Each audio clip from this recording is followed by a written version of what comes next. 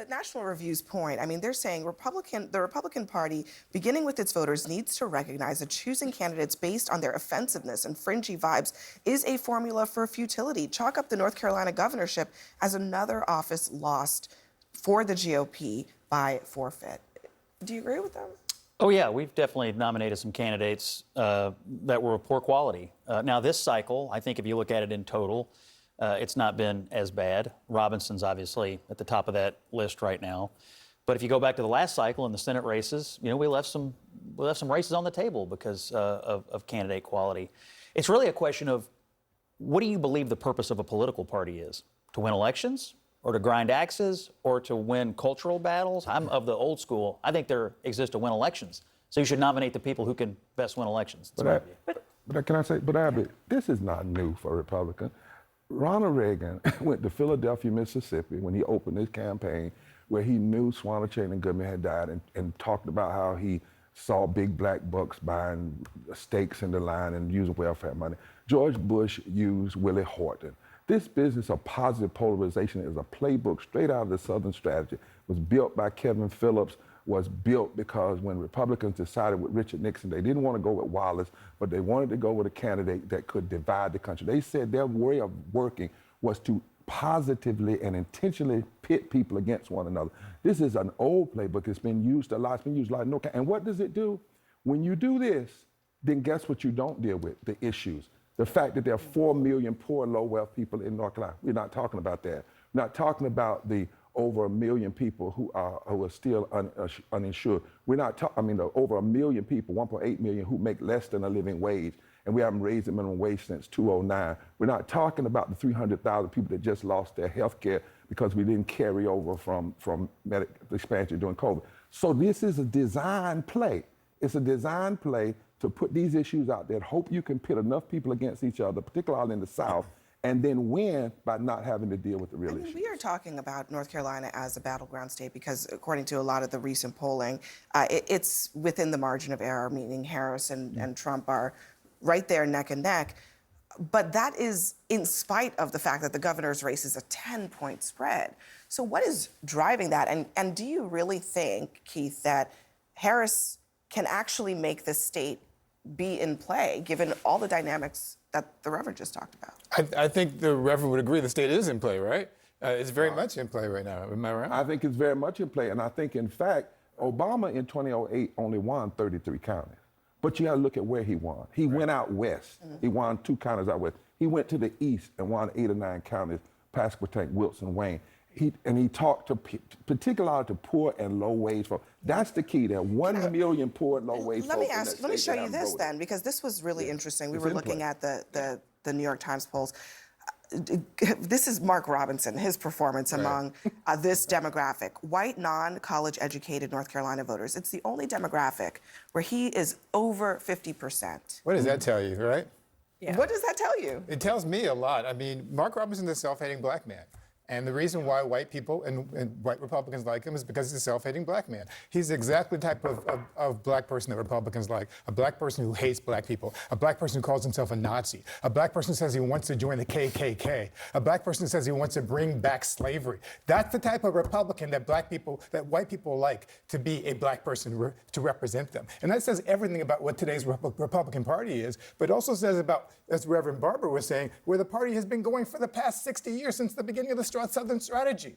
The party has devolved far away from the party of Lincoln. That doesn't exist anymore. We know that since 1964, after Lyndon Johnson signed the Civil Rights Act, that no Democratic candidate for president has ever won the white vote.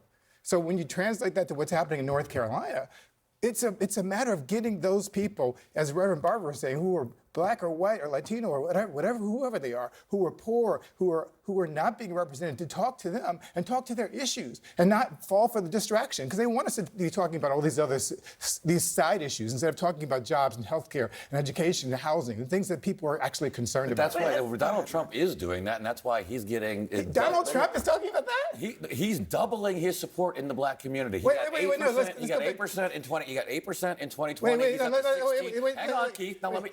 I want to. Hold on, Keith. Hang on. Let him He got finish. 8% in 2020. He's 16, 17% now. He's seen a 10% increase in the Hispanic vote because people know they're better off. Wait, Things I were have cheaper. to- I have They had to- more I will money let in you their respond. pocket. Let me let Keith respond, and then you'll get in, Karen. Yeah. First, I just had to go back to the point you said that Donald Trump is actually talking about the issues. Donald Trump is actually talking about Haitian immigrants eating cats and dogs. That's what your guy He's is talking talking about lowering the your price guy, of the groceries. reason your guy is talking about Haitian immigrants eating cats and dogs, talking about Kamala Harris's laugh and her last name and how she just turned black. Donald Trump is doing everything he can to distract the campaign to focus on these side issues instead of focusing on jobs. go ahead, What is his plan for inflation? What is his plan for health care? He Lower says the he price has of- concepts of a plan. Okay. That's not talking Well, I about can tell those you. issues, Go ahead, Mark. Karen. Couple of things. Number one, I agree with everything that Keith said, and it's worse than that though when we talk about Springfield because that's actually not a conversation about immigration. It is about distraction. Exactly what Bishop Barber was saying.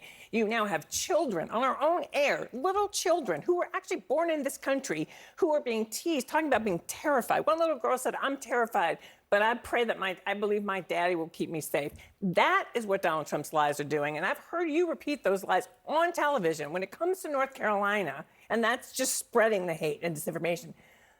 Bishop Barber is exactly correct, having worked on the 2022 Senate race there.